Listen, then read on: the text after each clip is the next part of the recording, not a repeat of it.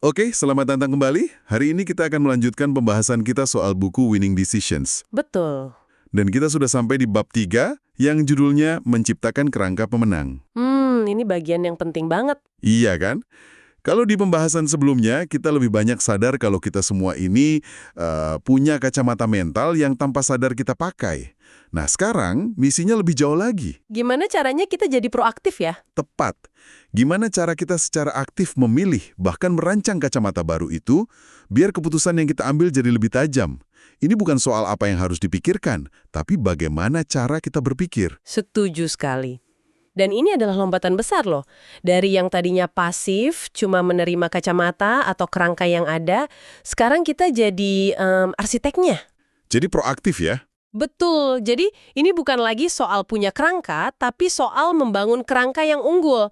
Di dalam catatan yang Anda kumpulkan, prosesnya sebenarnya dipecah jadi beberapa langkah yang, cukup logis. Gimana tuh langkah-langkahnya? Pertama, kita sadari dulu kerangka yang lagi kita pakai, terus evaluasi, dan kalau ternyata, kurang pas, nah baru kita cari atau kita bangun yang lebih baik.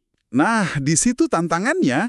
Gimana cara kita tahu kalau kacamata yang kita pakai ini udah buram atau katakanlah salah fokus? Buku ini bilang kita harus mulai dengan memeriksa komponen-komponennya. Betul, ada 3 hal yang perlu kita, kita interogasi dari kerangka kita sendiri. 3 hal oke. Yaitu batasan atau boundaries, lalu tolok ukur atau yardsticks, dan terakhir titik acuan, reference points. Bisa dijelaskan lebih sederhana? Bisa. Coba bayangkan gini. Batasan itu kayak bingkai foto.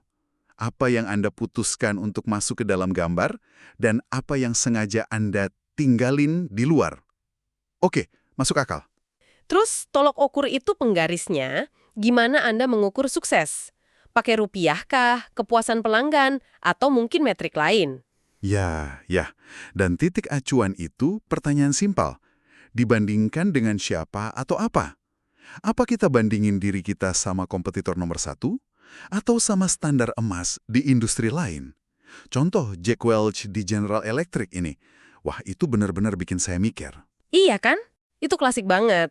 Biasanya kan, kita kalau sukses, ya dirayakan. Nah, Welch ini ngambil sebuah divisi yang udah jadi raja, menguasai 60% pangsa pasar. Itu impian semua manajer. Sudah di puncak itu. Betul. Tapi apa yang dia lakukan? Dia malah membingkai ulang situasinya seolah-olah mereka itu pemain kecil yang cuma punya 10% pasar. Rasanya kayak sengaja cari masalah. Hahaha, iya. Kenapa dia begitu? Apa efeknya buat tim? Nah, justru di situ kejeniusannya. Dengan sengaja memperluas batasan pasar, misalnya dari pasar AS jadi pasar global, dia menciptakan semacam krisis buatan. Oh, jadi disengaja. Sengaja. Efeknya langsung terasa. Rasa puas diri yang udah mengakar itu langsung hancur. Tiba-tiba, tim yang merasa udah di puncak gunung jadi sadar kalau mereka baru di kaki bukit. Pasti kaget semua itu. Pasti. Tapi ini melepaskan gelombang kreativitas dan energi yang luar biasa. Karena mereka dipaksa mikir beda buat bisa bertahan hidup di pasar yang baru dan lebih besar ini. Ini contoh sempurna bagaimana ngutak-ngatik titik acuan bisa memicu kinerja super. Jadi, dia mengubah penggaris dan petanya sekaligus. Tepat. Dan kesalahan milih penggaris atau tolok ukur ini juga bisa fatal. Di catatan Anda kan ada contoh lain yang bagus tuh. Yang perusahaan AS itu ya? Betul. Perusahaan AS yang mengukur kinerja anak perusahaannya di luar negeri pakai dolar. Kelihatannya logis kan? Sangat logis. Tapi akibatnya, proyek yang di mata uang lokal sebetulnya sehat dan untung banget bisa kelihatan sangat beresiko cuma karena nilai tukar dolar lagi naik turun. Keputusan yang bagus bisa batal hanya karena salah tolok ukur. Ini pelajaran penting loh. Oke, jadi langkah pertama adalah audit total terhadap kerangka kita. Sekarang bagian yang paling seru. Setelah kita sadar kerangka kita kurang pas, apa yang harus dilakukan? Buku ini nawarin beberapa strategi. Salah satunya yang menarik adalah meminjam. Maksudnya gimana tuh? Ini ide yang sangat kuat, meminjam kerangka dari bidang lain yang sama sekali tidak berhubungan. Contohnya, Mungkin contoh paling terkenalnya istilah pemasaran gerilya atau gerilya marketing. oh sering dengar itu. Nah, ini bukan cuma istilah keren. Ini sebuah kerangka berpikir utuh yang dipinjam dari taktik perang gerilya. Jangan hadapi musuh yang lebih besar secara langsung, tapi serang dari sisi yang tak terduga, pakai sumber daya minimal buat dampak maksimal, dan selalu fleksibel. Wah, jadi benar-benar meminjam cara berpikir militer ya? Betul. Dan kerangka ini mengubah total cara perusahaan kecil dan startup melihat persaingan melawan raksasa industri. Tapi apakah meminjam kerangka ini nggak berbahaya? Analogi kan bisa menyesatkan. Maksud saya, apa yang berhasil dalam perang mungkin nggak etis atau nggak efektif dalam bisnis. Di mana batasannya? Pertanyaan yang sangat bagus. Tentu ada risikonya. Kuncinya adalah tidak menelan mentah-mentah, tapi mengekstrak prinsip-prinsip dasarnya. Anda nggak meniru taktiknya, tapi meminjam logika di baliknya. Oh, I see. Nah, selain meminjam, ada cara lain buat dapat perspektif baru, yaitu dengan membawa mata baru untuk melihat masalah kita. Ini nasihat yang sering kita dengar, dapatkan perspektif orang luar. Tapi seringnya cuma jadi klise. Buku ini punya contoh yang sangat konkret kan? Kasus British Petroleum. Betul. Dan ini bukan sekedar klise kalau dilakukan dengan benar. BP itu punya ladang minyak bernama Andrew yang mandek. Mandek kenapa? Proyeksi biayanya $676 juta. Terlalu mahal buat dikembangkan. Tim internal udah buntu. Terus, mereka melakukan sesuatu yang radikal pada saat itu. Apa yang mereka lakukan? Mereka mengundang para kontraktor, orang-orang yang biasanya cuma dipanggil buat eksekusi rencana yang udah jadi, untuk ikut berpikir di awal proses. Saya bayangin pasti ada yang ngerasa, loh kan kita harus dengerin mereka, kan kita ahlinya. Pasti ada resistensi. Tapi hasilnya membungkam semua keraguan. Para kontraktor itu datang tanpa beban asumsi internal BP. Mereka nggak tahu cara kerja kita di sini. Mata mereka masih seger ya. Benar-benar segar. Mereka lihat masalahnya dan nanya, kenapa harus pakai platform baja? Kenapa nggak pakai teknologi A atau B? Hasilnya? Terobosan-terobosan yang memangkas biaya dan waktu secara drastis. Wow. Wawasan kuncinya sederhana. Orang luar nggak terikat oleh dogma Anda. Sama kayak contoh lain di catatan itu. Perusahaan farmasi yang merekrut manajer dari P&G. Oh iya. Mereka butuh orang yang tahu cara berbicara langsung ke konsumen, bukan cuma ke dokter. Mereka butuh kerangka berpikir dari dunia FMCG. Oke, jadi kita bisa meminjam kerangka dari industri lain atau membawa masuk orang dari luar. Keduanya cara buat keluar dari gelembung kita sendiri. Tapi gimana kalau masalahnya justru di dalam gelembung itu? Maksudnya? Konflik internal, di mana setiap orang punya kerangka yang beda dan saling ngotot. Kisah komite di Cornell ini kayaknya relevan banget buat siapa aja yang sering ikut rapat. Iya. Ini mengarah ke strategi ketiga yang sangat praktis. Memadukan kerangka yang berbeda untuk menyelesaikan konflik. Kisah di Cornell Johnson School ini klasik banget. Gimana ceritanya? Komite mereka itu nemuin jalan buntu total. Ada dua kubu yang nggak bisa akur. Kubu pertama punya kerangka program elit. Elit. Mereka mau bikin program khusus yang super istimewa buat mahasiswa terbaik. Kubu kedua, sebaliknya, megang teguh kerangka lingkungan belajar yang egaliter. Mereka nolak segala bentuk pengistimewaan. Wah, ini seperti perdebatan yang nggak akan pernah selesai nih. Masing-masing punya argumen yang kuat dari sudut pandangnya. Gimana mereka bisa keluar dari sana? Ketua komite yang baru melakukan sesuatu yang cerdas. Dia nggak coba mendamaikan kedua kubu secara langsung. Terus? Sebaliknya, dia minta setiap anggota komite buat secara anonim dan terpisah nulisin apa tujuan akhir dari program yang mereka rancang. Apa kriteria suksesnya? Oh, jadi fokusnya digeser ya? Tepat. Dengan cara ini, dia memisahkan orang dari masalahnya. Fokusnya bergeser dari prinsip saya lawan prinsip kamu menjadi apa sih tujuan kita bersama? Dan itu berhasil. Luar biasa, berhasil. Saat semua daftar itu dikumpulin, ternyata hampir semua orang setuju pada 3 tujuan utama. Apa saja itu? Pertama, ningkatin kualitas semua mahasiswa. Kedua, ningkatin nilai tambah pendidikan bagi semua. Dan ketiga, ningkatin reputasi sekolah secara keseluruhan. Tiba-tiba, mereka punya kerangka baru yang disepakati bersama. Wah, jadi ketemu titik tengahnya. Dari situ, solusi-solusi kreatif mulai muncul yang bisa mencapai ketiga tujuan itu tanpa harus terjebak dalam perdebatan elit versus egaliter.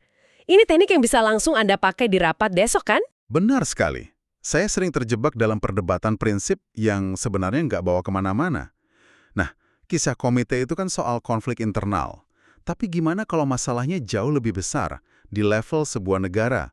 Contoh Afrika Selatan ini. Rasanya ini bukan lagi soal menggabungkan, tapi menciptakan sesuatu yang benar-benar baru dari nol. Tepat. Ini adalah puncak dari penguasaan kerangka. Menciptakan yang baru ketika nggak ada pilihan yang memuaskan. Bayangkan posisi para pemimpin Afrika Selatan pasca apartheid, mereka harus jawab pertanyaan yang luar biasa sulit. Pertanyaan apa itu? Setelah puluhan tahun pelanggaran HAM yang mengerikan, apa yang harus kita lakukan terhadap para pelakunya? Di depan mereka cuma ada 2 kerangka historis yang tersedia. Apa saja 2 kerangka itu, dan kenapa keduanya nggak cukup? Kerangka pertama adalah pengadilan gaya Nuremberg, atau kita sebut saja keadilan retributif. Fokusnya jelas, seret pelaku ke pengadilan, hukum mereka. Ini tentang akuntabilitas. Kedengarannya adil, tapi sisi gelapnya mengerikan. Ada resiko kudeta dari militer yang masih kuat, biayanya besar, dan bisa melanggengkan siklus balas dendam. Oke. Kerangka kedua adalah kebalikannya, amnesti umum. Lupakan masa lalu, maafkan semua orang. Kita fokus ke masa depan. Ini tentang rekonsiliasi. Itu juga kedengarannya bagus. Tapi sisi gelapnya adalah amnesia nasional. Penderitaan para korban seolah dianggap nggak pernah ada.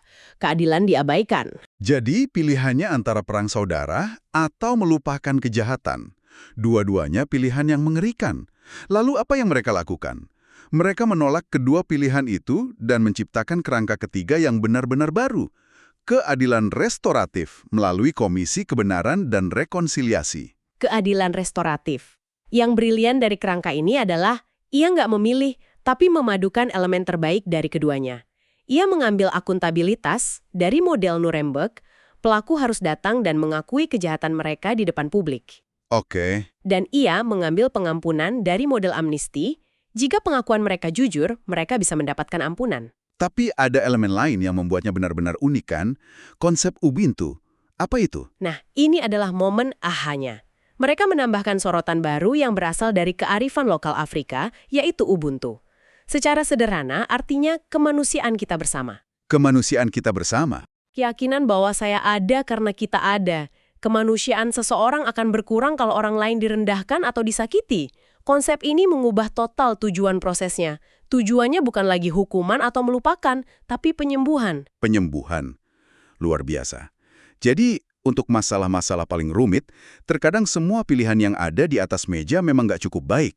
Anda harus punya keberanian untuk menciptakan pilihan baru. Betul. Dan ini membawa kita ke cerita terakhir dalam catatan Anda, perumpamaan spindel dapur. Hah, ya. Saya suka sekali cerita ini. Ini seperti rangkuman yang jenapkah tapi sangat kuat tentang semua yang kita bicarakan. Iya. Jadi ada pemilik restoran yang pusing 7 keliling karena koki dan pelayannya nggak pernah akur. Selalu saja ada drama. Apalagi pas jam sibuk. Akhirnya, dia manggil 4 ahli kan? Tentu saja, karena mereka pakai kacamata yang beda-beda. Seorang sosiolog lihat ini sebagai masalah status. Koki merasa lebih superior. Solusinya, pelatihan kepekaan. Oke. Seorang antropolog lihat dari lensa peran gender dan budaya. Solusinya, tunjuk koki senior jadi manajer. Seorang psikolog mendiagnosisnya sebagai persaingan antar saudara. Solusinya, sesi konseling kelompok. Dan yang terakhir, ahli teori informasi. Ini yang paling modern kayaknya. Betul. Dia lihat masalahnya sebagai beban kognitif berlebih. Terlalu banyak info. Solusinya, pasang sistem komputer canggih yang mahal. Akhirnya, si pemilik restoran malah jadi tambah bingung. Lalu gimana masalahnya selesai? Dalam keputusasaan,nya dia curhat ke salah satu koki junior. Si koki ini tanpa banyak mikir bilang, kenapa nggak pasang spindel putar aja di situ, yang kayak paku buat nusuk kertas pesanan?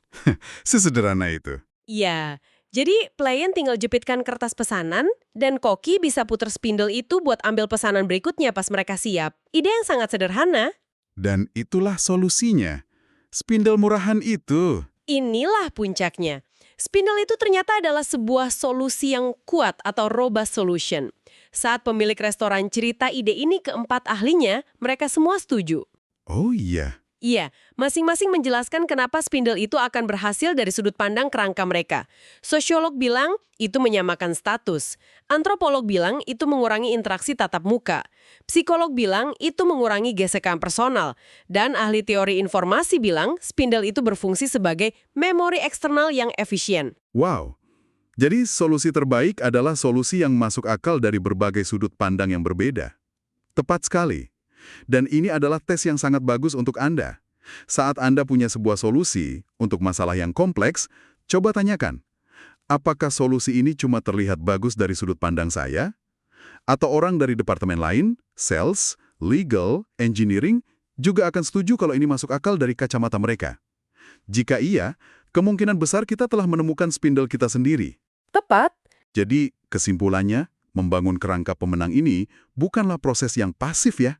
Kita harus aktif, harus berani mempertanyakan asumsi kita sendiri, meminjam ide dari tempat lain, dengerin orang luar, dan bahkan menciptakan cara pandang yang sama sekali baru. Betul, dan kuncinya adalah pergeseran mental itu.